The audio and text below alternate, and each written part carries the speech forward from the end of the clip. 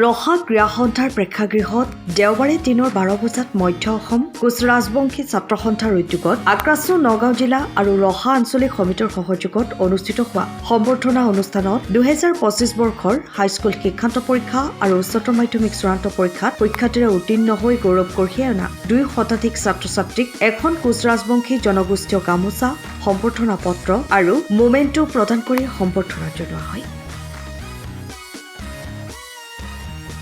সদৌ কোচ ৰাজবংশী ছাত্ৰ সন্থাৰ নগাঁও জিলা সমিতিৰ সভাপতি পংকজ বৰাৰ সভাপতিত্বত সম্বৰ্ধনা সভাখনিত উদ্দেশ্য ব্যাখ্যা কৰে মধ্য অসম কোচ ৰাজবংশী ছাত্ৰ সন্থাৰ সম্পাদক ৰাতুল কুমাৰ ৰাজবংশীয়ে।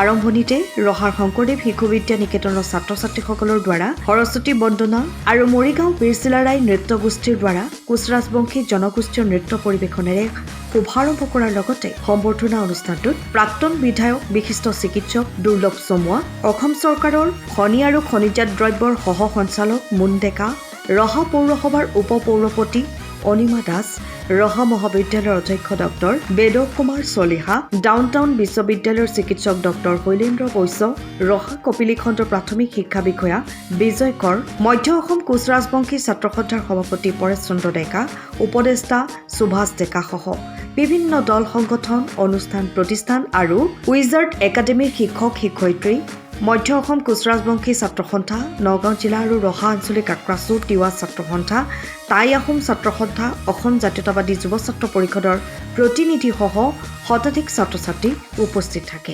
আমি আচলতে মধ্য অসম কোচ ৰাজবংশী ছাত্ৰ সন্থাৰ জন্ম লগ্নৰে পৰা আমি অসমৰ ছাত্ৰ-ছাত্ৰীসকলৰ উঠি অহা ছাত্ৰ-ছাত্ৰীসকলৰ ভৱিষ্যতৰ কাৰণে আমি কাম কৰি আছো। তেওঁলোকৰ বিভিন্ন সমস্যা সমাধানৰ কাৰণে কাম কৰি আছো। তেওঁলোকক সদায় উৎসাহ উদ্দীপনা দিবৰ কাৰণে আমি কাম কৰি আছো।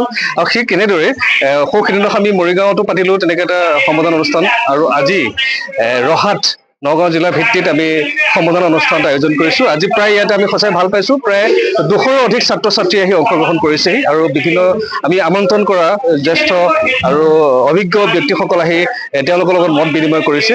গতিকে আমি আহি থকা সময়ত অসমৰ অসমীয়াৰ লগতে স্বগোষ্ঠী কোচ ৰাজবংশীসকলৰ উৎকৰ্ষ সাধনৰ কাৰণে আমি কাম কৰি যাম, আৰু বিশেষকৈ আমি ছাত্ৰ সমাজৰ হৈ কাম কৰি ভাল পাওঁ আৰু সদায় কাম কৰি গৈ থাকিম।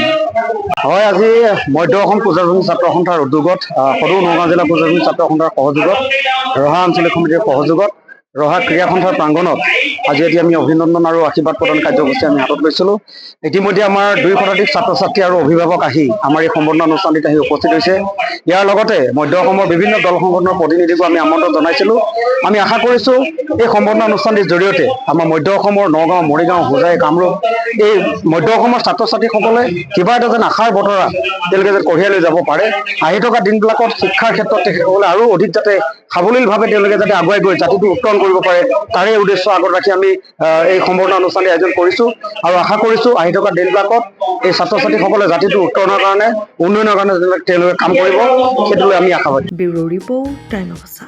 সময়ৰ খবৰ সময়ত পাবলৈ ফ'ল' কৰক টাইম অফ আছা।